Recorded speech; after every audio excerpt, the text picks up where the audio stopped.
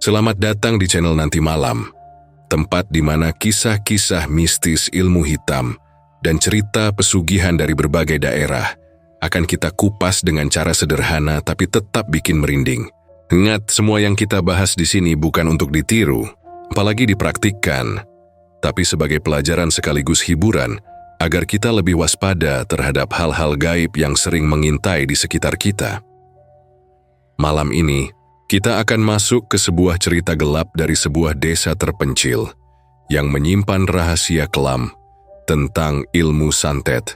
Nama santet itu adalah Pelesit Matimang buat sebagian orang. Kata pelesit mungkin terdengar asing.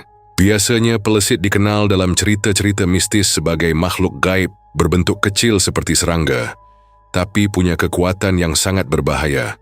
Konon pelesit adalah alat dari dukun santet untuk mencelakai orang lain dari jarak jauh. Namun pelesit Matimang berbeda. Dia bukan sekadar makhluk kiriman dukun, tapi diyakini sebagai jelmaan dendam seorang dukun hitam yang mati tragis di desanya sendiri.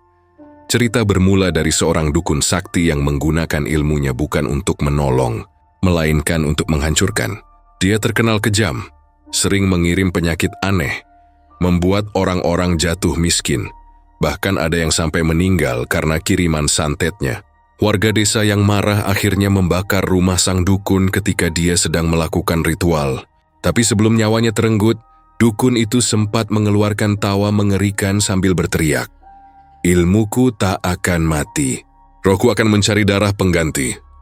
Sejak malam itu, desa Matimang tidak pernah lagi sama. Orang-orang mulai mendengar suara aneh lewat tengah malam. Suara itu seperti dengungan panjang, mirip suara serangga, tapi lebih nyaring, menusuk telinga, dan membuat bulu kuduk berdiri. Mereka yang penasaran lalu mencoba mengintip keluar jendela. Nahas, setelah itu hidup mereka tidak pernah normal lagi. Tuyang tidur Said si timbaswal. Tuanya membusuk perlahan. Bahkan ada yang ditemukan meninggal dengan wajah ketakutan membiru. Warga pun percaya bahwa suara itu adalah wujud nyata dari pelesit Matimang, roh dendam yang mencari korban baru untuk melanjutkan kutukan dukun hitam tadi. Malam ini, kita akan membuka kisah menyeramkan tentang santet paling mengerikan yang pernah ada, sekaligus rahasia gelap di balik pelesit Matimang. Jadi kunci pintu rapat-rapat, matikan lampu kamar kalau berani, dan jangan pernah intip keluar jendela saat dengar suara nguing aneh, karena bisa saja pelesit Matimang sedang mengincar kamu. Di sebuah desa terpencil yang letaknya jauh dari hiruk-pikuk kota, ada sebuah tempat bernama Matimang. Desa ini tidak besar, rumah-rumahnya sederhana, sebagian masih berdinding kayu. Ada juga yang dari bambu, dengan jalan tanah yang berdebu saat kemarau dan becek saat hujan. Sekilas Matimang terlihat biasa saja, damai, bahkan cenderung membosankan. Tapi ada satu hal yang membuat desa ini berbeda dari desa-desa lain. Ada aturan yang tidak tertulis, yang semua warga taat padanya, yaitu jangan pernah keluar rumah setelah jam 10 malam. Aturan ini bukan hanya sekadar omongan orang tua, bukan juga mitos kosong yang dibuat untuk menakut-nakuti anak kecil agar cepat tidur. Aturan itu dijaga ketat, seolah menjadi bagian dari nafas kehidupan warga. Setiap kali jam dinding mendekati pukul 10, suasana desa berubah drastis.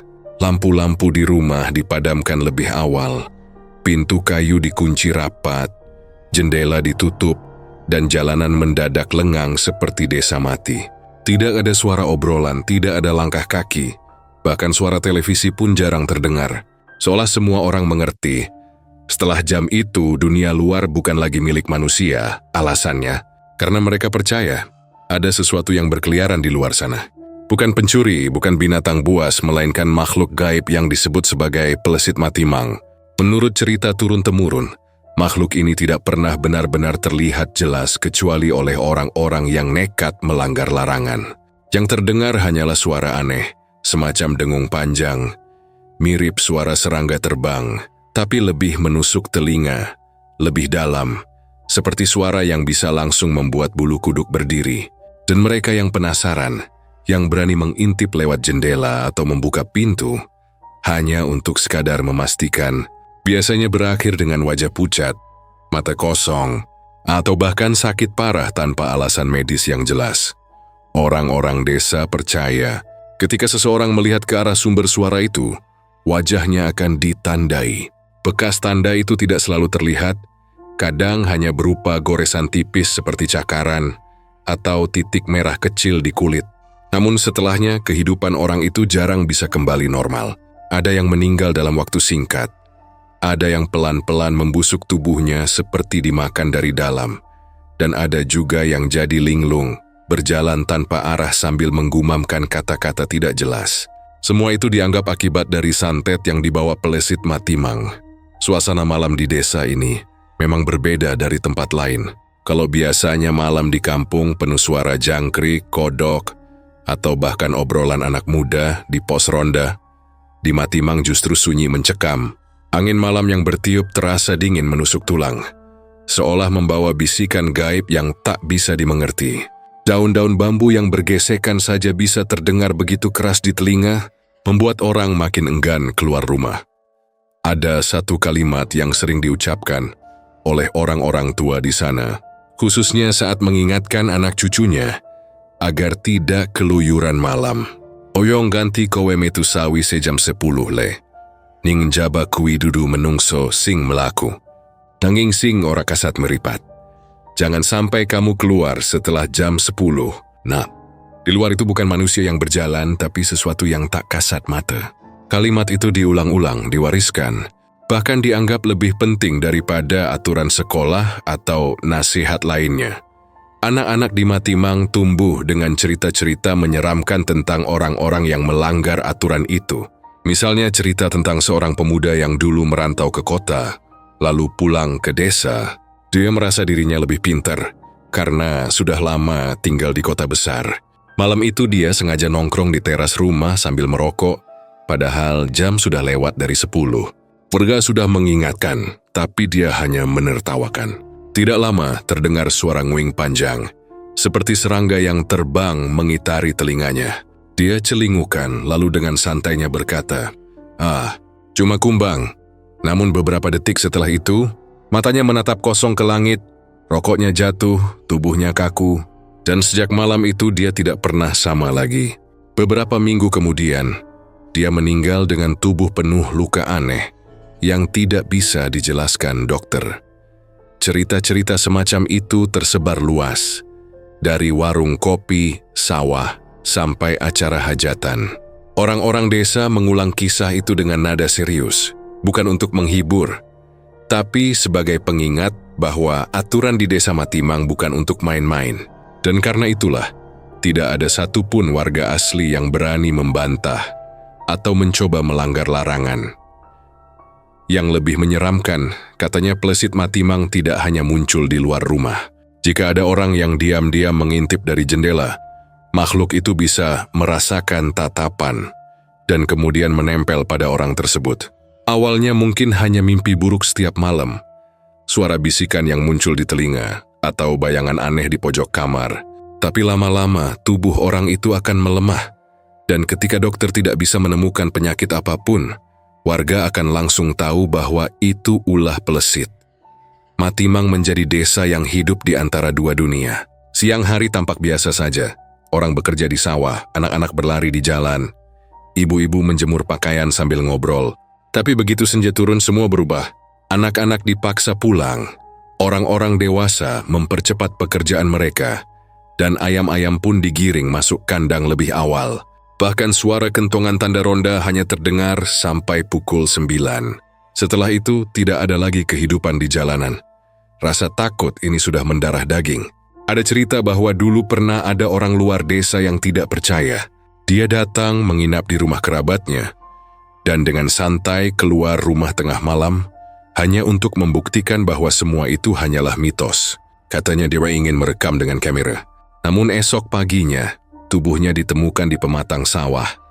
Matanya melotot ke atas, wajahnya seperti orang yang habis berteriak keras, dan tangannya menggenggam erat tanah basah. Kamera yang dibawanya rusak, hanya menampilkan rekaman suara dengungan panjang tanpa wujud apapun yang terlihat. Karena kejadian-kejadian seperti itulah, Matimang mendapat julukan sebagai desa yang selalu sunyi di malam hari.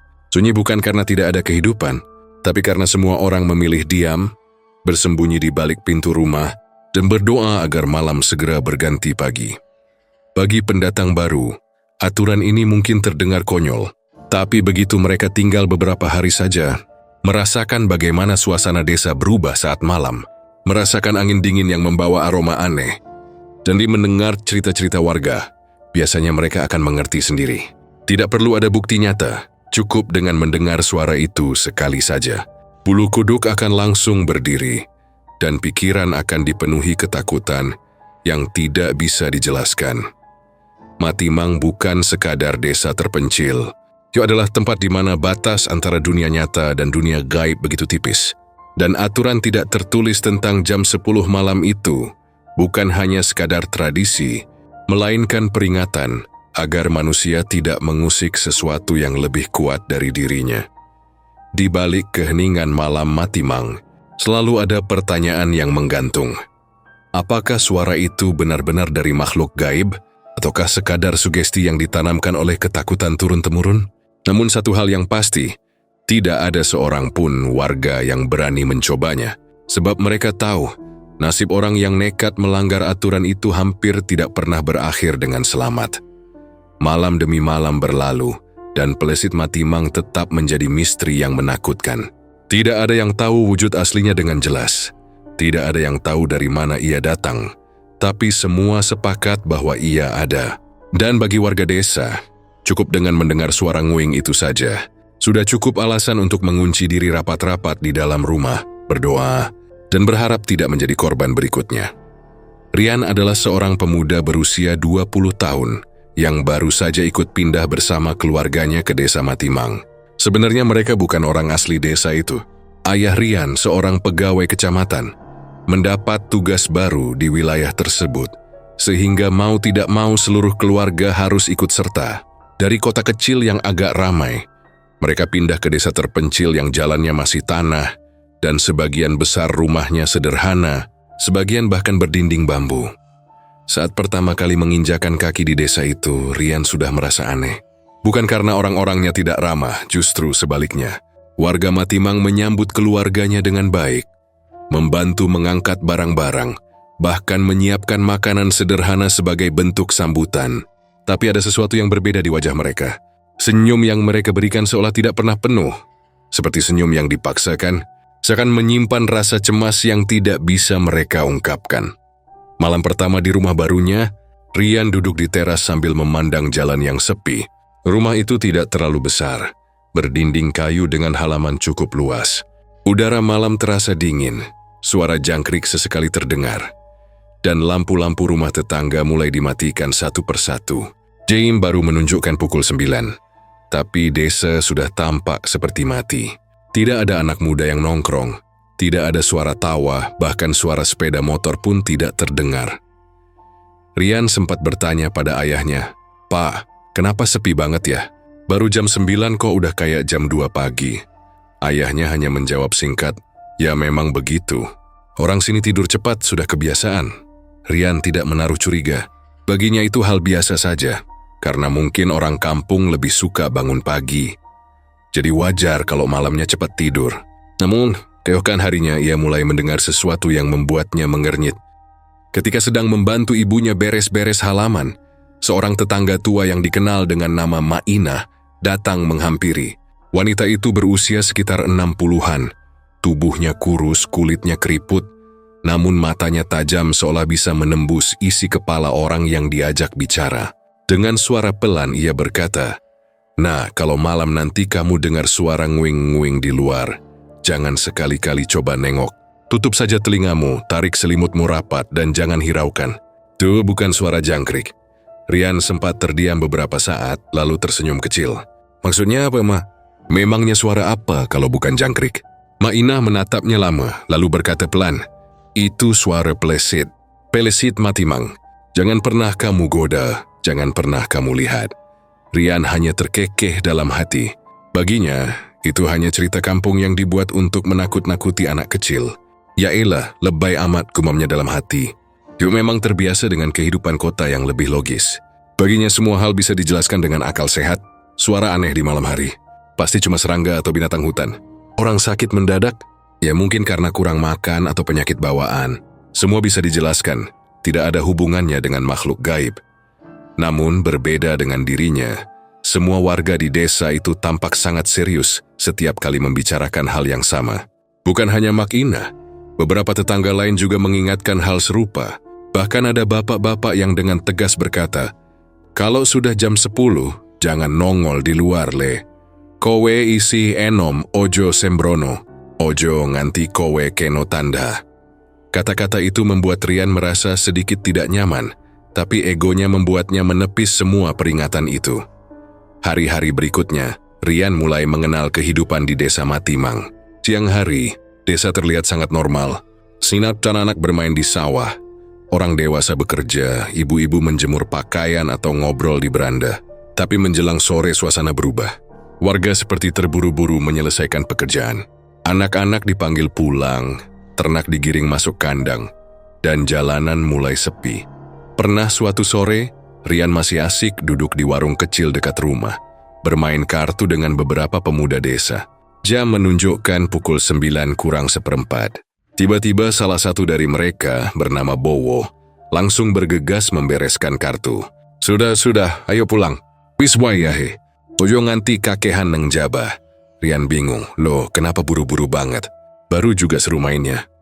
Bowo hanya menepuk pundaknya, pokoknya pulang. Nanti kamu ngerti sendiri. Pemuda lain pun langsung bubar, meninggalkan Rian sendirian di warung. Rian sempat geleng-geleng kepala, merasa aneh dengan kebiasaan itu. Tapi ia tetap ikut pulang, walau dalam hati masih menertawakan ketakutan warga. Rian sering mendengar orang-orang membicarakan tentang korban Plesit Matimang. Namun setiap kali ia bertanya lebih dalam, mereka hanya menggeleng. Cimdes yang berkenan, sudahlah jangan dibahas. Itu bukan untukmu. Ada juga yang hanya menjawab dengan wajah pucat, seolah mengingat sesuatu yang menyeramkan. Meski awalnya, Rian menganggap semua itu hanyalah mitos. Perlahan rasa penasaran mulai muncul. Dia mulai memperhatikan detail kecil yang sebelumnya diabaikan. Seperti bagaimana wajah warga berubah ketika matahari tenggelam. Senyum mereka memudar, langkah mereka lebih cepat, dan mata mereka seolah terus mengawasi langit malam. Tahu bagaimana Mak Ina selalu menutup semua ventilasi rumahnya dengan kain hitam sebelum jam 10, sambil membaca doa pelan suatu malam. Ketika jam hampir mendekati 10, Rian duduk di kamarnya sambil memainkan ponsel. Ia tidak merasa mengantuk. Suasana rumah sudah sunyi. Hanya terdengar suara kipas angin tua yang berderit.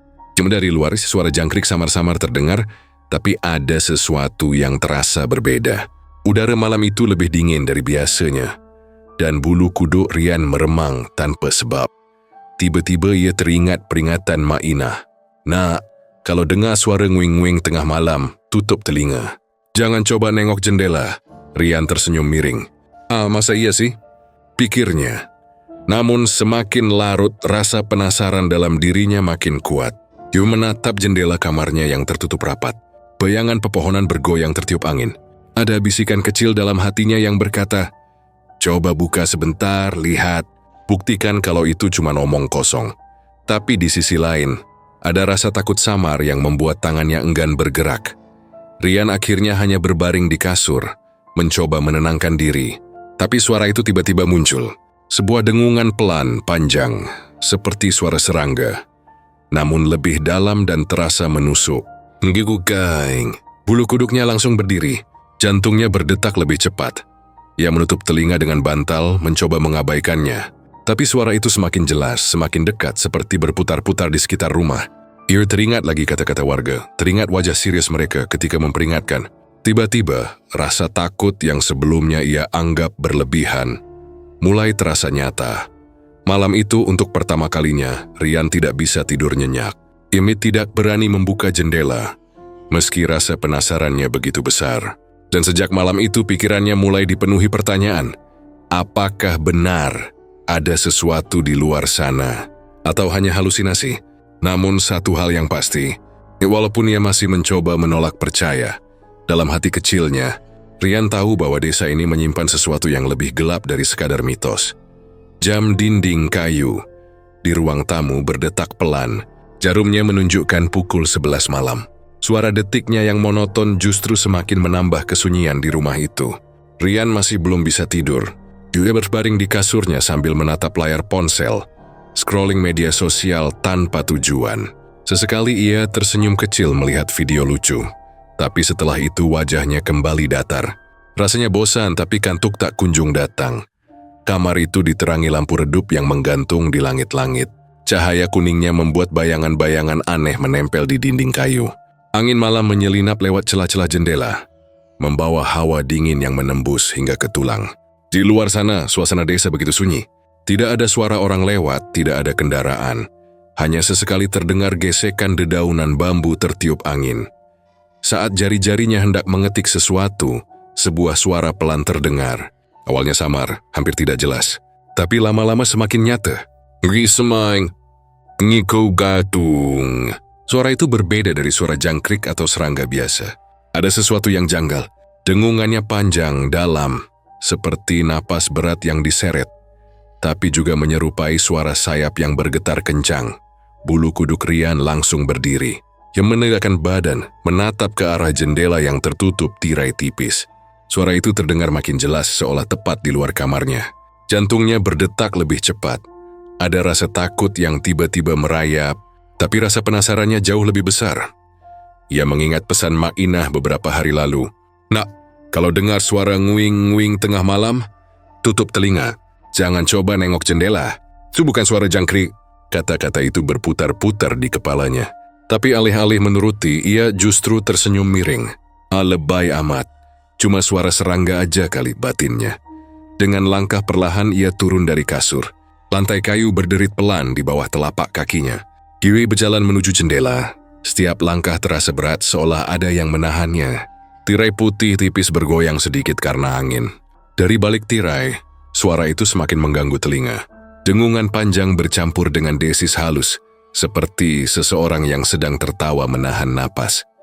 Tangannya gemetar ketika meraih tirai itu.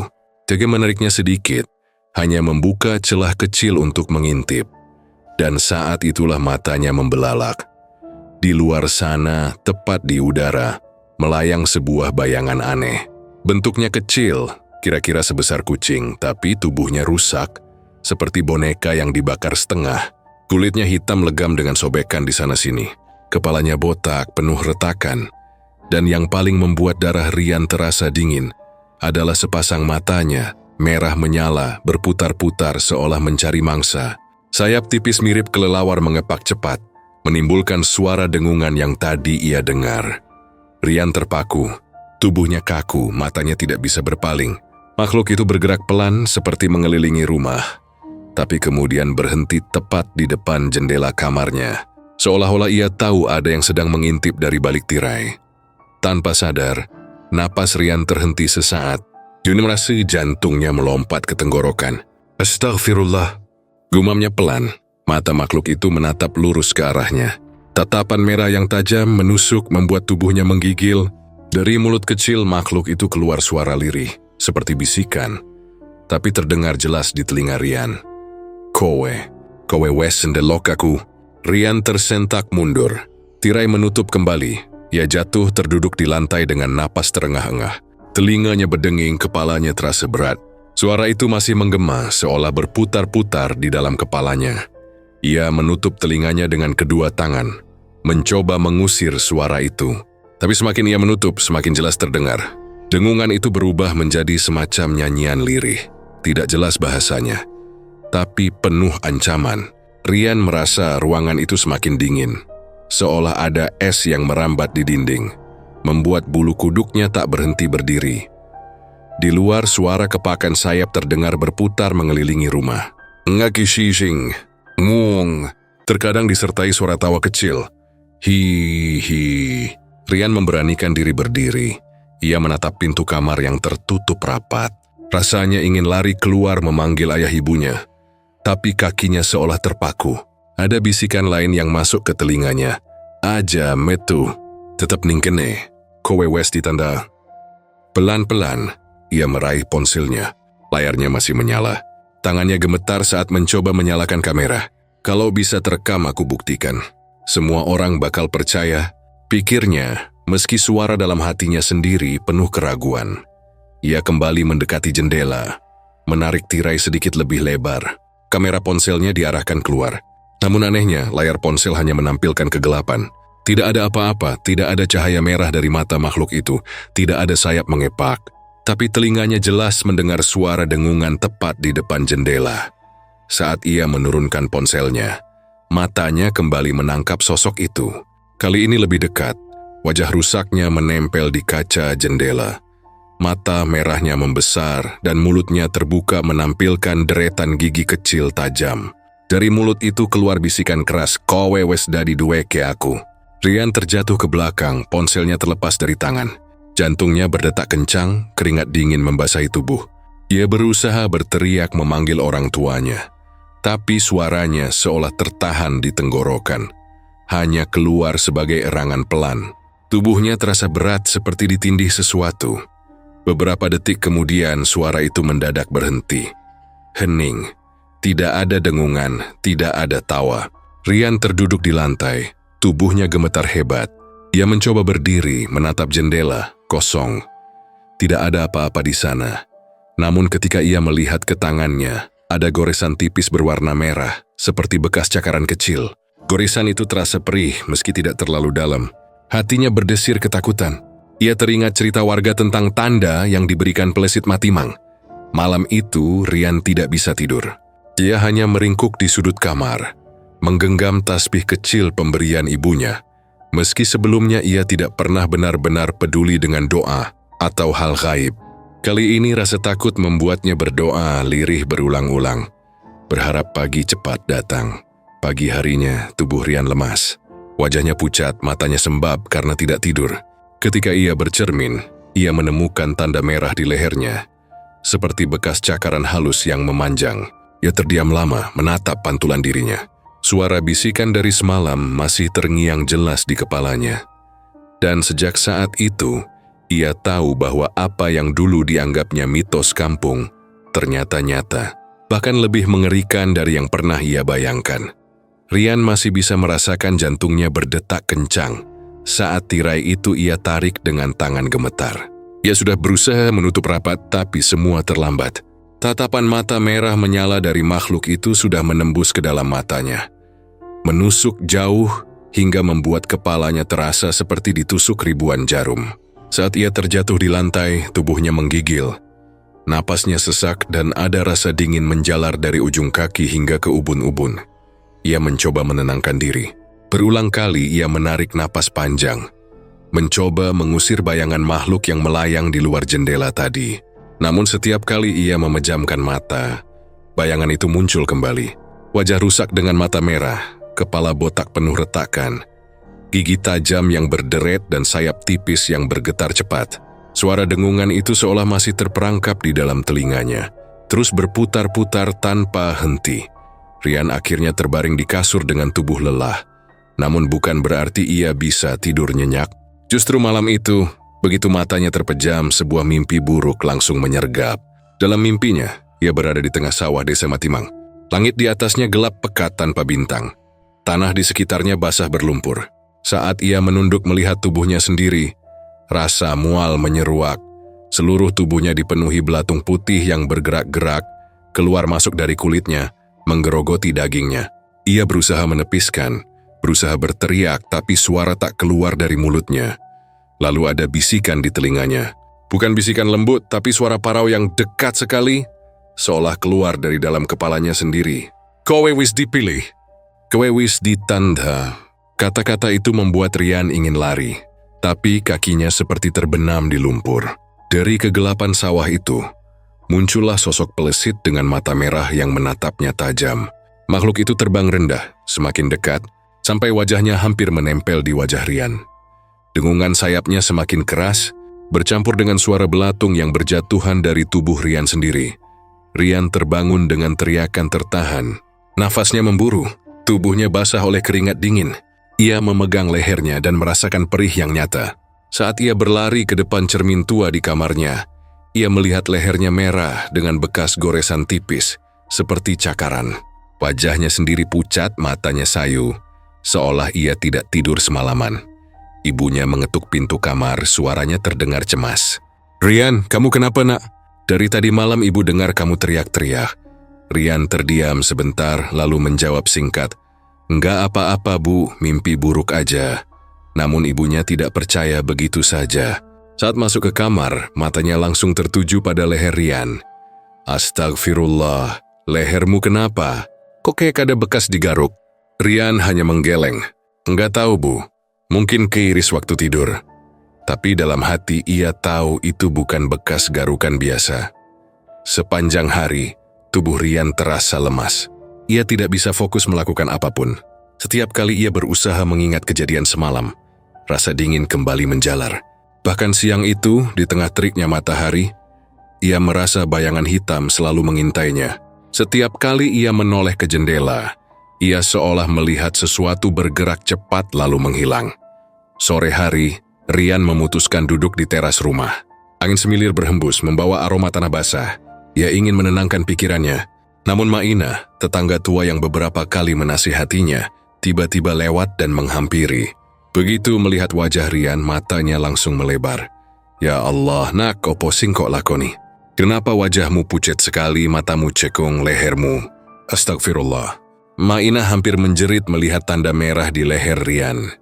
Rian mencoba menutupi dengan kerah bajunya, tapi Maina sudah melihat. "Apa kamu semalam ngintip, Le? Apa kamu nak ngelawan omonganku?" Suaranya bergetar. Rian menelan ludah. Ia ingin menyangkal, tapi tatapan Maina membuatnya tak mampu berbohong. Akhirnya si Zianya menunduk. Maina menarik napas panjang. Wajahnya penuh kekhawatiran. "Nak kowe wes endelok matane pelesit. Wes tandamu wis sedo.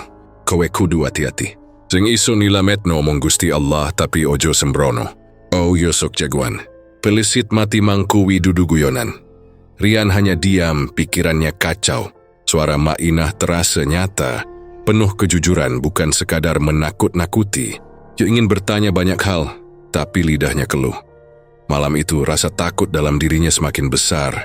Irma berusaha menahan diri untuk tidak memikirkan kejadian kemarin. Namun saat lampu dimatikan dan rumah mulai sunyi, ingatan tentang tatapan mata merah itu kembali jelas. Seolah mata itu masih menempel di pelupuknya. Tidurnya kembali dihantui mimpi buruk. Kali ini ia melihat dirinya berjalan di jalan desa yang sepi. Semua rumah gelap, pintu tertutup rapat. Angin dingin bertiup membawa bau amis yang menusuk hidung. Dari kejauhan terdengar suara dengungan yang makin lama makin dekat. Ia mencoba berlari, tapi setiap langkah terasa berat seperti tanah menahan kakinya. Tiba-tiba sebuah tangan kecil tapi kuat mencengkeram bahunya dari belakang. Saat ia menoleh, pelesit itu sudah menatapnya dengan senyum menyeringai. Gigi-giginya berlumur darah. Lalu suara parau itu kembali terdengar. "Kowe wes dadi duweku." Rian terbangun lagi dengan keringat membanjiri tubuhnya. Nafasnya terengah-engah dan ia melihat di tangannya ada bintik merah baru. Seperti bekas gigitan kecil. Ia ingin berteriak memanggil orang tuanya, tapi ia tahu mereka tidak akan mengerti. Seiring berjalannya hari, tubuh Rian semakin lemah. Nafsu makannya hilang, matanya semakin sayu. Setiap malam ia bermimpi buruk. Setiap pagi tubuhnya penuh tanda baru. Ada goresan, ada bintik merah, bahkan lebam di lengan tanpa ia tahu asalnya. Orang-orang di desa mulai berbisik-bisik. Mereka melihat Rian yang awalnya sehat kini berubah pucat kurus seperti diisap tenaganya. Beberapa warga bahkan berkata lirih saat lewat. "Wes ketanda le ora bakal suwe." Rian mendengar bisikan itu, dan hatinya semakin tertekan. Yuliwulais menyesal tidak menuruti peringatan sejak awal. Semua ini terjadi hanya karena ia tidak bisa menahan rasa penasaran. Yuya menutup wajahnya dengan kedua tangan.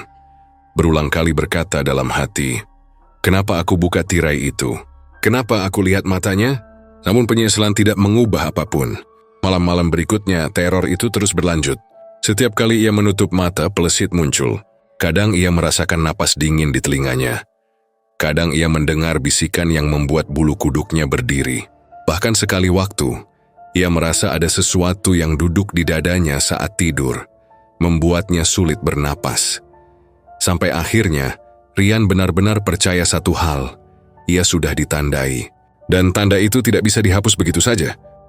Besok paginya Rian memberanikan diri untuk mendatangi rumah Maina. Sejak malam itu, tidurnya sudah tidak pernah normal. Mimpi buruk datang silih berganti, tubuhnya terasa makin lemah. Dan setiap kali melihat ke cermin, matanya semakin cekung seperti orang yang sakit keras. Yemi Itama bersilis menahan semua itu sendiri. Maka dengan langkah gontai dan wajah pucat, ia mengetuk pintu rumah kayu sederhana milik Mak Inah. Pintu dibuka dengan suara berderit pelan. Begitu melihat wajah Rian, Mak Inah langsung terbelalak. Gusti Allah lah, kowe kok tambah elek tenan. Wajahmu pucet, matamu koyok wong ora turu seminggu. Tangannya gemetar ketika menarik Rian masuk ke dalam rumah. Rian hanya duduk di kursi rotan yang sudah agak rapuh. Tangannya bergetar, suaranya lirih saat ia berkata, "Mak, aku pengen cerita. Semalam aku lihat lagi. Matanya, Mak. Mata itu masih nempel di pikiranku sampai sekarang." Mak Inah terdiam beberapa saat, lalu wajahnya berubah serius bahkan pucat. Ia menarik napas panjang, seakan berusaha mengumpulkan keberanian untuk mendengar cerita Rian. "Ceritakan, nak, jangan ada yang ditutupi." Rian pun menceritakan semuanya, mulai dari saat ia mengintip lewat tirai, tatapan mata merah pelesit, mimpi buruk tentang tubuh penuh belatung, sampai bekas goresan yang muncul begitu saja di leher dan lengannya.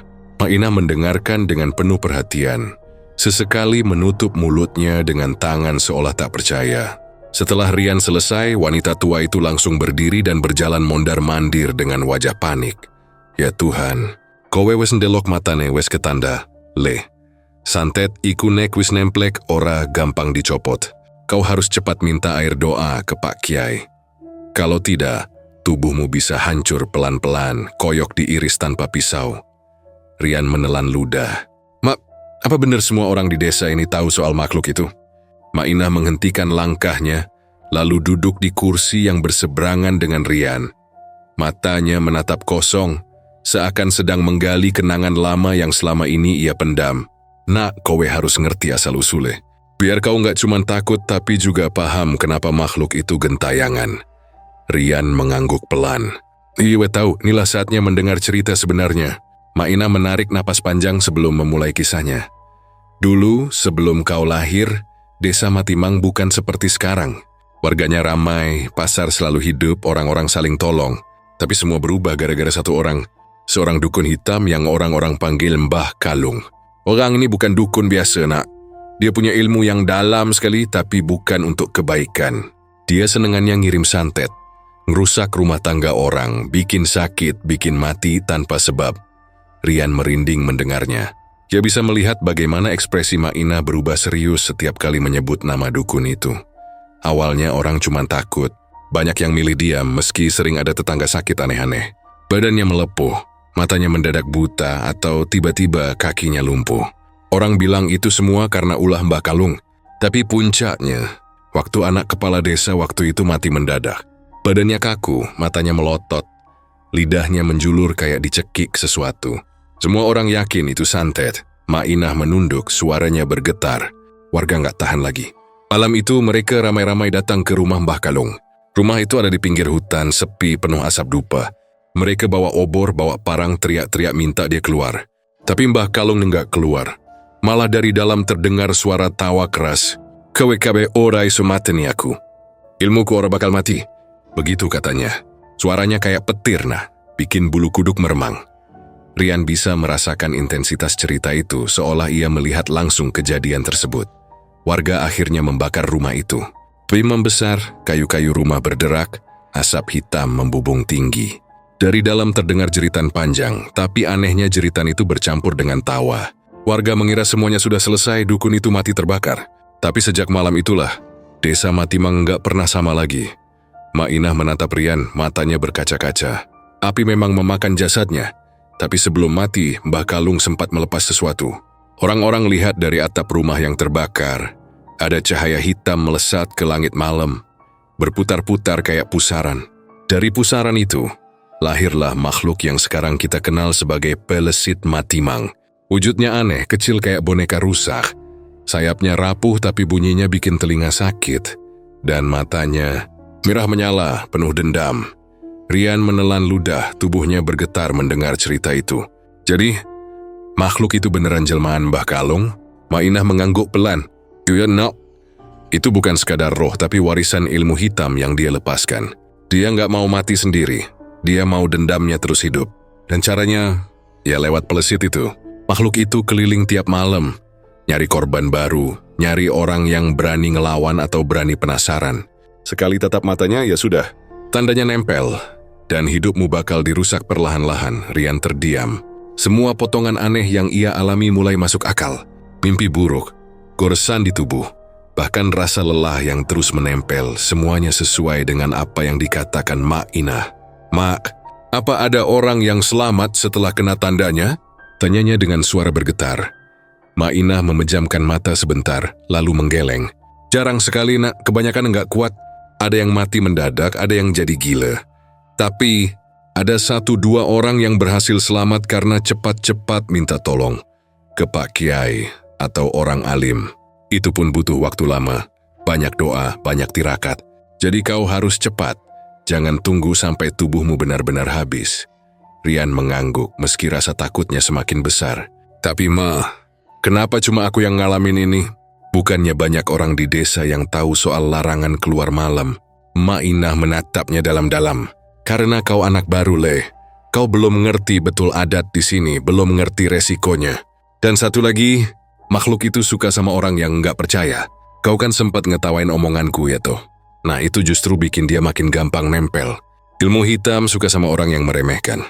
Rian menunduk, wajahnya diliputi penyesalan. "Aku bodoh, Ma. Aku kira semua ini cuma cerita orang kampung." Mak Inah mengelus bahu Rian dengan lembut. "Wis Le, sing penting saiki awakmu kudu selamat disik. Malam ini juga, kau harus pergi ke rumah Pak Kiai. Biar dia kasih air doa, kasih amalan. Jangan tunggu lama-lama." Namun dalam hati Rian ada rasa ragu. Ini bukan orang yang terlalu percaya hal-hal begitu. Apalagi soal Kiai dan doa. Tapi kondisi tubuhnya membuatnya sadar. Ia tidak bisa terus keras kepala.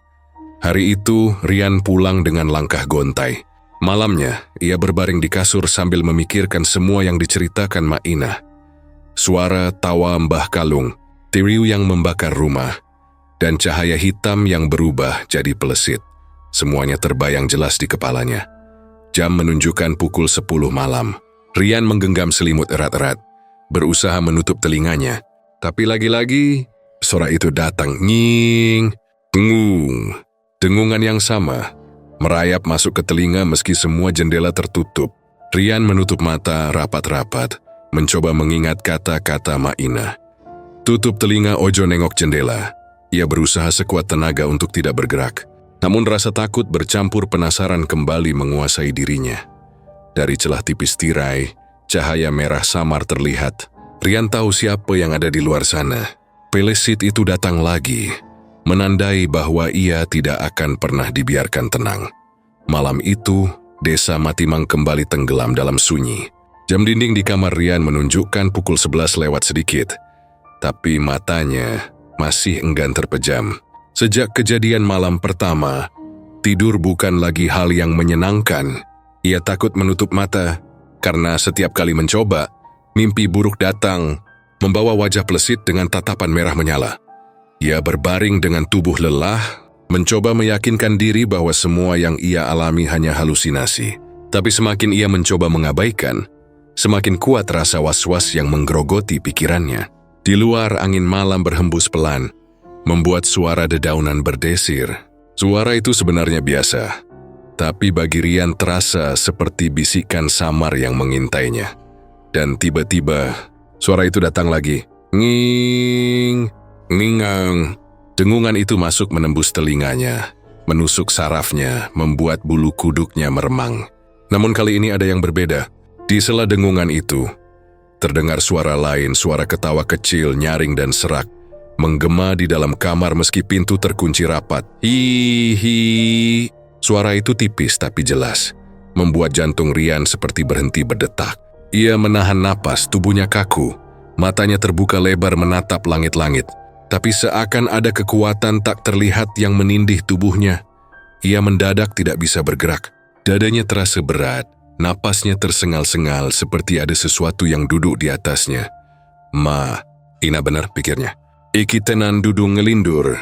Dari sudut matanya yang terbuka setengah, ia melihat sesuatu bergerak di dinding kamar. Perlahan ia memaksa kepalanya menoleh, dan disitulah ia melihat makhluk itu, pelesit Matimang, menempel di dinding layaknya cicak, dengan posisi kepala yang berputar 180 derajat. Tulang lehernya berderak pelan, tubuh kecilnya gemetar aneh, dan matanya, ya Tuhan, mata itu kembali merah menyala, lebih tajam dari malam sebelumnya. Makhluk itu tersenyum, senyum yang aneh karena bibirnya koyak sampai ke telinga, memperlihatkan deretan gigi hitam runcing. Lalu dengan suara berbisik ia berkata, "Darahmu untukku." Rian mencoba berteriak tapi mulutnya terkunci. Dewa Wakshi bisa mengerang lirih, sementara tubuhnya makin terasa berat. Makhluk itu bergerak perlahan mendekat, merayap di dinding seperti laba-laba lalu melompat ke sudut ranjang. Suara dengungan sayapnya makin keras, bercampur dengan bau amis yang menusuk hidung. Dalam kondisi setengah sadar, Rian melihat tangan makhluk itu yang kurus kering, dengan kuku panjang hitam mengarah ke dadanya. Ujung kuku itu menusuk kulitnya sedikit, dan ia merasakan perih seperti terbakar. Dari luka kecil itu setetes darah mengalir. Dan anehnya makhluk itu menjilat darah itu dengan lidah panjangnya yang bercabang dua. Sedep, hihi, bisiknya dengan suara menyeramkan. Rian berusaha keras melawan. Dalam hatinya ia teringat kata-kata Ma'inah. Sing iso nyilametno mung Gusti Allah. Ia mencoba mengucap doa meski lidahnya keluh. Dalam hati ia terus mengulang, Astaghfirullah, Astaghfirullah. Ajaib, saat ia berhasil melafalkan itu dalam hati, tubuhnya mulai bisa bergerak sedikit. Ia mengerahkan seluruh tenaganya, mengangkat tangan untuk menepis makhluk itu. Tapi begitu tangannya menyentuh tubuh pelesit, rasa dingin menusuk sampai ke tulang, membuatnya nyaris pingsan. Makhluk itu justru tertawa lebih keras. Suaranya menggema di seluruh ruangan. Hihi. Percuma, bocah. Tandamu wis kenceng nempel. Kau ora iso melayu maneh. Kau wis dari duweku. Kata-kata itu membuat hati Rian hancur. Ia merasa tubuhnya semakin lemah, seperti tenaganya disedot sedikit demi sedikit. Pandangannya mulai kabur, dunia seakan berputar. Sebelum kesadarannya hilang, ia sempat melihat bayangan pelesit melayang naik ke langit-langit kamar, lalu lenyap menembus genteng. Rian terbangun keesokan paginya dengan tubuh basah oleh keringat dingin. Dadanya terasa perih, dan ketika ia melihat ke kaca, benar saja, ada goresan merah memanjang dari dada ke perut, seperti dicakar sesuatu. Wajahnya semakin pucat, matanya semakin dalam. Ia tahu, malam itu bukan mimpi. Semua nyata. Ibunya masuk kamar dan hampir menjerit melihat kondisi Rian. Ya Allah, Rian, badanmu kenapa? Kok tambah parah? Rian tidak bisa menjawab. Suaranya serak, tenggorokannya kering. Ia hanya memandang ibunya dengan mata penuh ketakutan. Dalam hatinya ia menjerit, tapi tidak ada kata yang mampu keluar. Siangnya, Ma'inah datang setelah mendengar kabar dari tetangga. Begitu melihat Rian, wajahnya langsung pucat pasi. Le, kowe kudu cepet-cepet menyang omahe Pak Kiai. Iki wis ora iso ditunda maneh. Tandamu tambah abot. Yen ora ditangani, awakmu iso entek sadurunge wulan iki rampung. Rian menunduk, tubuhnya gemetar. Ia sudah tidak punya alasan lagi untuk ragu. Malam kedua ini membuktikan, makhluk itu tidak akan berhenti sampai ia benar-benar dihabisi. Namun sebelum pergi ke Pak Kiai, ia kembali mengingat kejadian semalam. Bayangan pelesit dengan kepala berputar, suara ketawa kecilnya, bisikan darahmu untukku, semuanya masih terngiang jelas. Bahkan siang hari di bawah terik matahari, ia masih merasa ada mata merah yang mengawasinya dari setiap sudut ruangan. Dan ketika sore tiba, saat matahari mulai tenggelam di balik pepohonan, Rian merasa tubuhnya semakin lemah, seolah malam berikutnya akan membawa teror yang lebih mengerikan. Ayahnya Rian malam itu tergesa-gesa masuk kamar, setelah mendengar ribut dari dalam. Pintu didorong keras hingga terbuka, dan pandangan matanya langsung menyapu seluruh ruangan. Ia kaget melihat anaknya tergeletak di lantai dengan tubuh gemetar, wajah pucat, dan napas terengah-engah. Tapi yang membuat bulu kuduk ayahnya berdiri adalah cairan hitam pekat yang tercecer di lantai. Cairan itu berbau menyengat, amis, seperti darah busuk yang sudah lama membeku. Astaghfirullahaladzim. Rian, apa yang terjadi di sini? Teriak ayahnya panik sambil menghampiri. Begitu ayahnya meraih tubuh Rian, makhluk itu lenyap begitu saja. Padahal beberapa detik sebelumnya, Rian masih bisa melihatnya berdiri di sudut kamar, dengan kepala berputar aneh. Kini hanya ada jejak cairan hitam yang pelan-pelan merembes ke lantai kayu, meninggalkan noda gelap yang tak bisa hilang meski dilap berkali-kali. Rian ingin bicara, tapi lidahnya keluh. Tubuhnya terlalu lemah, dia hanya bisa mengerang lirih. "Pak, tolong Pau." Ayahnya langsung memanggil ibunya. Tak butuh waktu lama, kabar ini pun menyebar ke tetangga.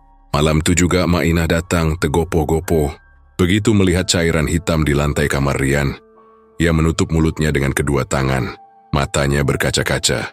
"Gusti, wes tekan iki tanda nih," bisiknya. "Iki tanda yang pelesit wis mangan getihe." Tanpa menunggu lebih lama, mereka memutuskan membawa Rian ke rumah Pak Kiai. 2 orang tetangga ikut membantu, memapah tubuhnya yang lemas. Sepanjang jalan, warga yang melihat hanya bisa berbisik-bisik, wajah mereka pucat. "Wes ketanda, opo isi Yesus Slamet?" Salah seorang berbisik lirih. Rumah Pak Kiai terletak di pinggir desa, agak jauh dari rumah Rian. Malam itu angin berhembus kencang, daun-daun pisang bergesekan, menimbulkan suara menyeramkan. Bulan yang biasanya terang tampak tertutup awan hitam, membuat suasana semakin mencekam. Rian digotong masuk ke serambi rumah Pak Kiai. Lelaki sepuh itu sudah menunggu, seolah ia tahu akan ada yang datang. Jenggotnya putih, matanya teduh tapi penuh wibawa. Begitu melihat kondisi Rian, ia menggeleng pelan. "Anak iki wes keno tanda abot. Tapi insya Allah, ora ono sing luwih kuat kajaba Gusti Allah. Sing penting kudu kuat atine, ojo kendo," katanya dengan suara tenang. Pak Kiai kemudian meminta air dalam kendi tanah liat. Ia mulai membaca doa-doa, suaranya berat, bergema dalam rumah yang hening. Rian hanya bisa mendengar samar-samar.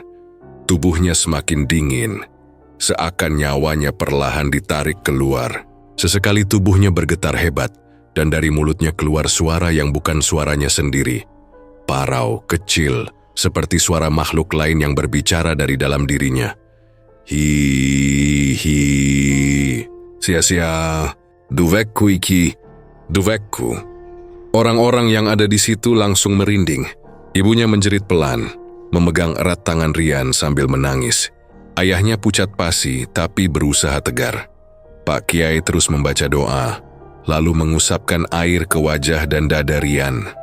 Tiba-tiba, tubuh Rian melengkung keras, seperti ditarik ke belakang. Dari kulit dadanya keluar bercak hitam yang menetes ke lantai. "Bau amis semakin menyengat, keluar setan!" "Uyu ndadekno urip bocah iki dari tumbalmu." Suara Pak Kiai menggema. Namun suara itu dibalas dengan tawa kecil, nyaring, yang terdengar bukan dari mulut Rian saja, tapi seolah datang dari seluruh sudut rumah. "Ora iso, Kiai. Tandane wes kuat. Yen ora metu saka awak iki, aku bakal njupuk nyawane." "Saiki uga." Rian menjerit panjang, tubuhnya bergetar hebat. Tangannya meremas kuat-kuat kain ibunya hingga hampir robek. Dari matanya keluar air bening bercampur darah. Semua orang yang melihat ikut menangis ketakutan. Proses itu berlangsung lama. Setiap doa yang dibaca, plesit itu seolah melawan, dengan membuat tubuh Rian semakin sakit. Lebam-lebam baru muncul di lengan dan kakinya, seperti habis dipukul benda keras. Dadanya penuh kuresan, nafasnya tersengal, seperti tinggal menunggu waktu. Pak Kiai kemudian meminta semua orang ikut membaca doa bersama. Suara doa bergema, saling bersahutan. Semakin lama doa itu mengalun, semakin keras jeritan Rian terdengar. Sampai akhirnya, suara dengungan itu muncul lagi. Nging, ngung. Tapi kali ini bukan dari luar rumah. Dengungan itu terdengar dari dalam tubuh Rian. Semua orang menutup telinga, takut gendang telinga mereka pecah. Pak Kiai berteriak, "Terus no doane." "Oyo kendo." Air doa kembali dituangkan ke seluruh tubuh Rian. Tubuhnya menggeliat keras. Lalu tiba-tiba dari mulutnya menyembur cairan hitam pekat, jauh lebih banyak dari sebelumnya. Cairan itu jatuh ke lantai, bergerak seperti hidup, lalu berubah wujud samar-samar menjadi bayangan kecil. Dengan mata merah menyala, pelesit itu muncul, meski samar, seperti asap pekat berbentuk makhluk kecil dengan sayap bergetar. Ia menatap semua orang dengan tatapan penuh kebencian, lalu berteriak melengking, "Iki dudu pungkasan. Aku bakal balik maneh. Desa iki ora bakal tentrem." Seketika bayangan itu meledak jadi asap hitam yang langsung lenyap ke udara. meninggalkan bau amis yang menusuk hidung. Rian jatuh terkulai. Tubuhnya lemas, matanya tertutup, napasnya tipis. Semua orang panik, tapi Pak Kiai mengangkat tangan memberi isyarat tenang. Tiri mendekat memeriksa napas Rian. Lalu dengan suara pelan ia berkata, "Alhamdulillah, si urip, tapi iki mung wiwitan. Bocah iki kudu terus dijaga, ojo nganti iman goyah maneh."